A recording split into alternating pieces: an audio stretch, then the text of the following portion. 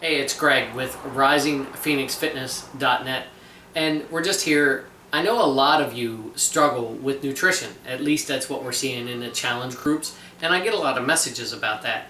So what happens with Stacey and I, and what makes us set up the week for success, is that Sundays are prep day. So it doesn't matter what day of the week it is, but just the day before you start your week off, we do prep day. And I wanted to share with you a little bit about that. So what I have here is I have about almost a 2-pound London broil, and we choose London broil because it's one of the most leanest cuts of red meat that you can have. And one of our favorite T25 menu items is the steak and red cabbage with avocado meals, and we have that about 2 times a week or 3 times a week. The other thing is chicken. Boneless, skinless chicken breast are a go-to and have been a go-to item of mine since I can't tell you when. Way back when I was a fat guy and started losing weight.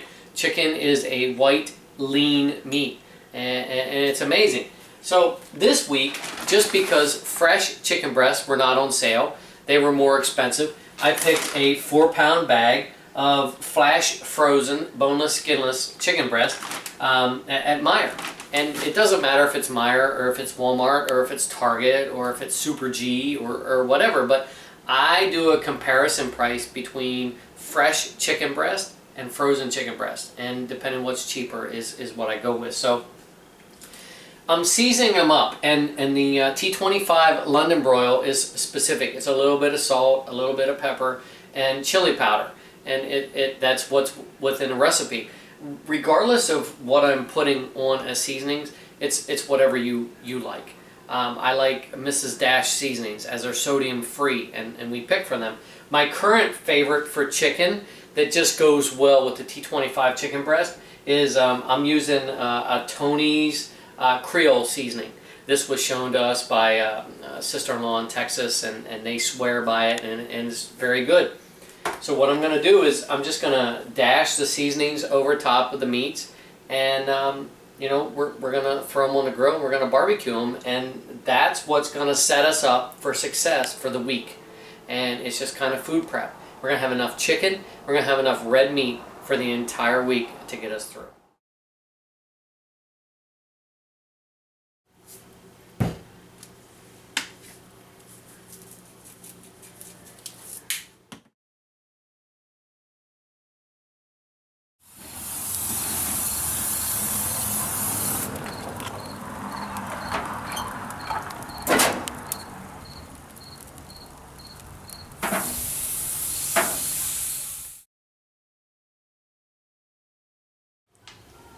So I'm a classic meal skipper, and that is where food prep is amazing for me.